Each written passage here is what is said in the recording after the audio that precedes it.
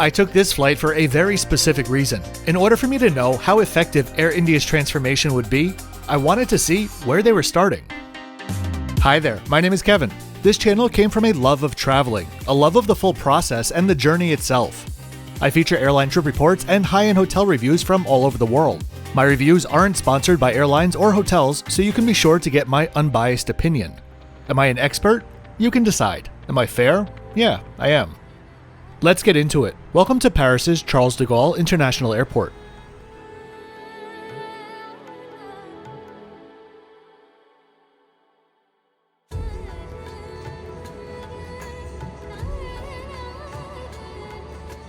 Right now, I'm heading to Terminal 2C. But first, a bit of departure board admiration is in order. This is quite the beauty.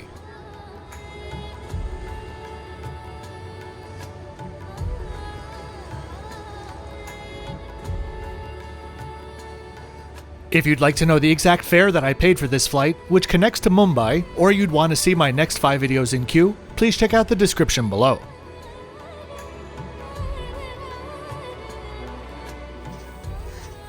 After a bit of France's most expensive plastic, I headed to check-in, where I found myself without a printout of my e-visa. But I was in the hands of some very friendly crew. If you're in the same position, the pharmacy just down the hall will print it out for you for free, surprisingly.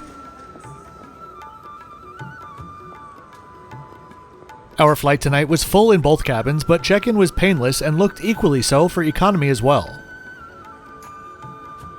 If you're a fan of sponsored travel content, well, you're in the wrong place. But if you're a fan of honest travel content, please be sure to click that subscription button.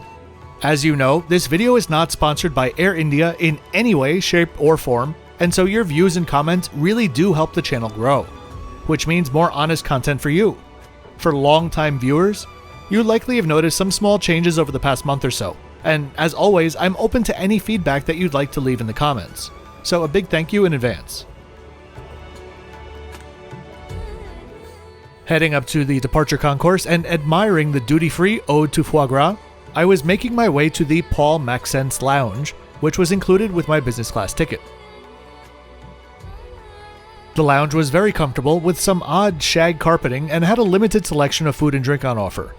Someone correct me if I'm wrong, but this had to be the Etihad lounge prior, right? I don't even know if they used to have a lounge here, but these colors scream Etihad. If you weren't aware, Air India was recently acquired by Tata Group, an Indian mega conglomerate, and is at a major turning point, likely for the better, in its history. Tata was actually taking Air India back, though, you could say. Air India was founded by, you guessed it, J.R.D. Tata himself, as Tata Airlines in 1932, which initially provided airmail services between Karachi, Mumbai, and Chennai. After World War II, it became a public limited company and rebranded as Air India. Following independence, the government assumed a majority stake in the airline, and they became a bit of a darling in the aviation world at the time. In 1960, they received their first Boeing 707, the first Asian airline to receive one, and in 1962, they became the world's first ever all-jet airline. The arrival of 747s and expansion dominated the airline for the next few decades, until the government tried to privatize the airline in 2000. That didn't work. In 2004, the government created Air India Express and merged the two airlines with Indian Airlines and Alliance Air in 2007. And then things really started to snowball, with annual losses amounting to almost $1 billion by 2009. Let's fast forward to near present day, and Air India is serving 89 cities in 29 countries from their largest and second largest hubs in Delhi and Mumbai, respectively. Let's admire these design choices as I provide a bit of a disclaimer. When I took these flights in late November, and until when I'm writing this script, developments with Air India in the context of the Tata takeover are happening very rapidly, so you'll excuse me if some tidbits that I relay don't pan out to be true years from now. Boarding began on time and priority was given to business class and Star Alliance Gold passengers. So, Tata Group is ginormous in their reach. With Singapore Airlines, they created Vistara Airlines, and after buying Air India, also decided to swoop up Air Asia India, because, why not? To put it into a bit of an American perspective, not by market cap, but by just domination. Imagine if JetBlue, American Airlines, Spirit Airlines, Poland Spring Water, Gate Gourmet, Conrad Hotels, Buick, Starbucks, Costco, and more were all owned by the same company. That's essentially what Tata is in India. So, they've now announced their grand plans to merge AirAsia India and Air India Express into one low-cost carrier, and they've also announced that they'll be fully merging Air India and Vistara as well, and beginning the government approval process now. With an added capital infusion, Singapore Airlines will then control a 25% stake of the new combined airline.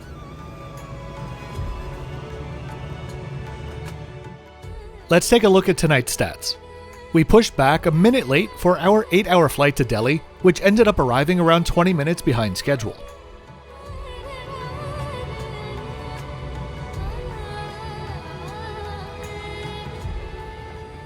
Tonight, we'd be riding on a 9-year-old 787-8, one of 27 currently in the Air India fleet.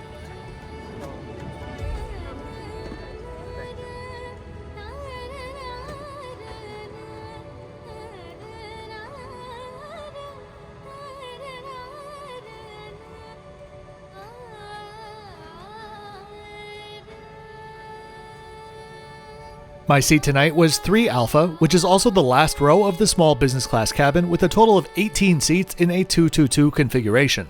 These seats are very similar to the ones that I recently had on Ethiopian Airlines and previously on Turkish as well. They are comfortable enough and have loads of legroom, but certainly are not winning any awards whatsoever.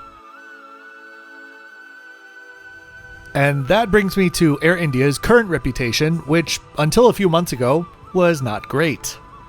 From a lot of chatter I've been reading online recently though, Tata has already started to implement quite a few long overdue changes, which is nice to see that they're, pulling up the bootstraps right away instead of waiting and just focusing on the merger. Air India is also known for, kind of beating up their 787s, and reportedly even scrapped a relatively new one some years back to use it for spare parts. As we look around the seat, let me give you my overall impression on board. The crew do very well with what they're given. There was one standout member of crew who was very warm and welcoming. The rest were all polite and efficient, but not exactly enthusiastic.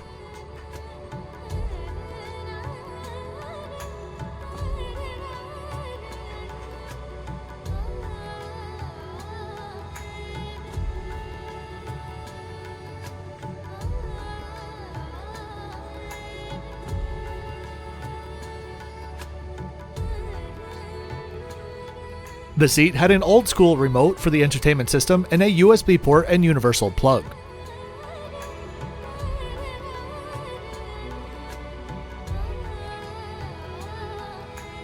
Hot towels and pre-departure drinks were passed out, though there were no menus given on this flight. If nothing else, I do love the branding.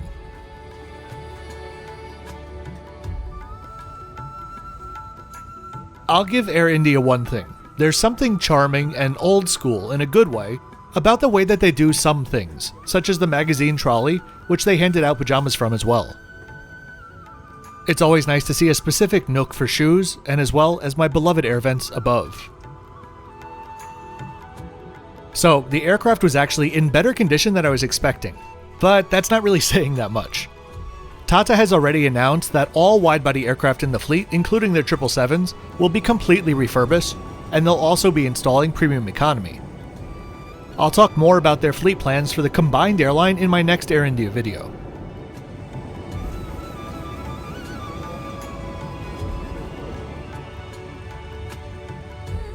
We pushed back and made our way to the departure runway. The spool up, takeoff, airport stats, and a last-minute view of Paris is coming up next.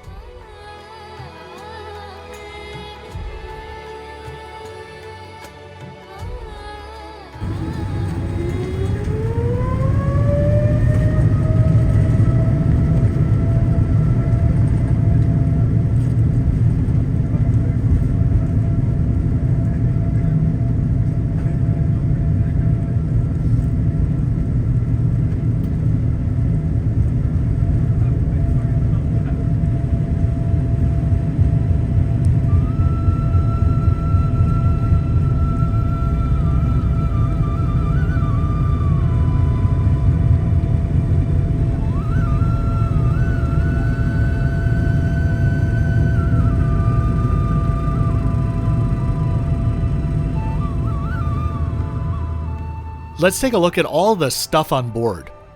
All of these things were waiting at the seat during boarding, most of them individually packaged. The slippers were fine, but as usual too small. There was a thin blanket, which at first I thought was kinda insufficient, but I realized that there was a proper duvet coming as well. For the duvet and the pillows, I have absolutely no reason to say that they're not clean, but I also can't really say that they felt particularly clean.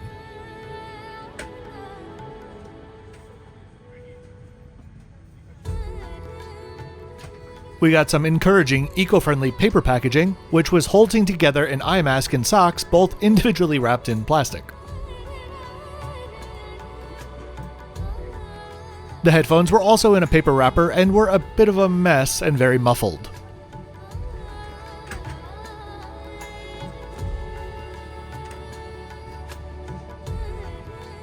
As for the entertainment on board, well, were you expecting Cirque du Soleil? I guess it's what you would expect.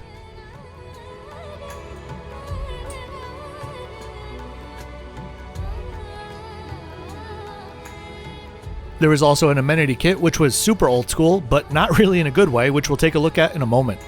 First though, we've got a charming drink trolley service. Individual orders and pouring behind the scenes is nice, and I know that's the premium way these days, but I really do wish that there were more proper trolley services happening out there.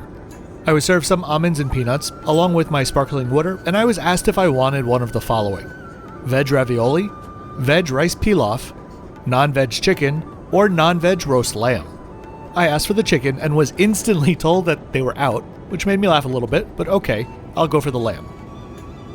The side salad was just really bizarre. It had baby corn, avocado, pineapple, olives, radish, tomato, and chicken. Olives, pineapple, and avocado is one combo that I really don't need to have again. As for the main dish, it was insanely gamey. I'm not a fussy eater at all, but I couldn't do more than one bite. The vegetables were plain as, and the potato souffle was edible but had this strange artificial smoke taste afterwards. The crackers, yogurt, and apple tart for dessert were honestly the best things that were on the tray, besides the branded silverware, of course.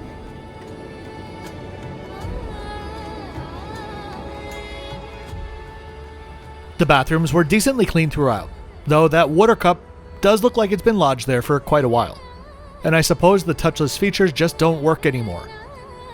And also, don't flush water bottles down the toilet. Got it. My seatmate was not exactly the jolliest fellow and had been sleeping while hacking up a lung or two for the better part of the flight, so I had to settle for this shot of his seat in full flat mode. The amenity kits were packed full of stuff, and half of the bottles leaked. Can't say that the contents were of any good quality, but I do like the pouch itself though, in a very New Jersey 1990s formal living room vibe kinda way. The interior was cute too. I also received some always handy sandal soap and a quirky MDF compact mirror.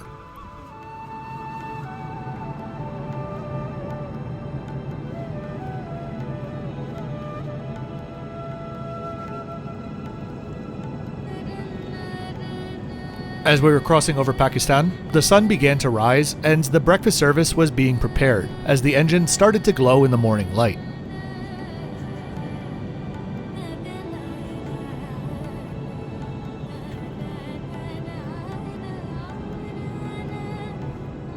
The choices were veg or non-veg.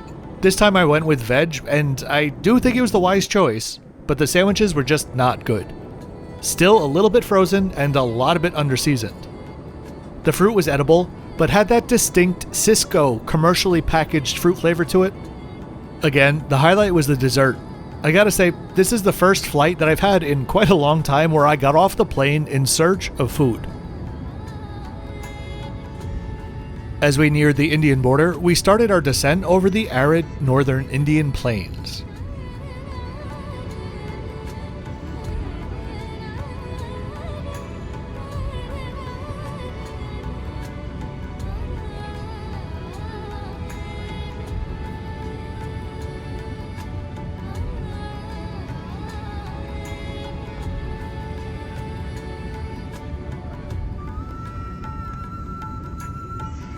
I live in Asia. Air pollution is a problem just about everywhere, I get it. But the air pollution here was a whole different level.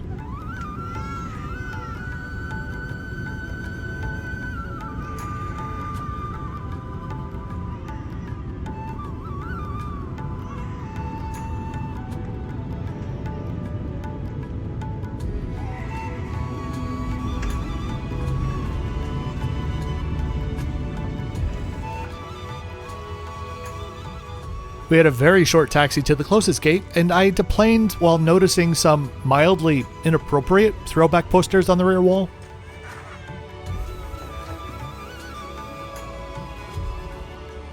I was surely not expecting a Vietjet ad to be the first thing that greeted me to India, but they really have been building up a sizable presence in the country, seemingly overnight. Alright, so what are we thinking? Well, it was very much in line with what I was expecting. Nothing was offensively bad, but nothing was something that I'd choose to repeat either. Except for perhaps that one standout crew that I mentioned earlier. I am very glad that I got a chance to fly the old Air India though, because I think there's a lot of good things in store for them in the next few years. I'll see you on my next flight to Mumbai, and please stick around in the next few weeks for 11 more videos from India, with even more coming later this year. Thanks for liking, subscribing, and clicking the bell.